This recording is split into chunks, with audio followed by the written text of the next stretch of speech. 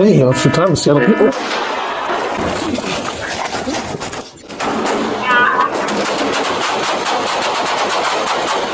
A 67-year-old man thought he was meeting two young girls, but he walked into a hallway ambush and he didn't go down without a fight. On April 17, 2024, inside a DoubleTree Suites in Washington State, a specialized task force was running a high-stakes sting operation. This was the ICAC Internet Crimes Against Children. For weeks, undercover agents had been messaging a man who believed he was coming to this hotel to meet two sisters, just 7 and 11 years old. Inside the room, the air was heavy. 3 plainclothes officers were positioned behind the door. They were expecting a standard takedown, a suspect who would drop to his knees once he saw the badges. But here's the thing, the man on the other side of that door wasn't a typical internet lurker. His name was Bruce Koval Manelli. At 67 years old, he was a retired U.S. Navy doctor. To his neighbors and colleagues, he was a man of the highest integrity, a veteran and a lifesaver. But as he reached for the door handle at 3:13 p.m., he wasn't carrying medical supplies. This is the moment everything went south.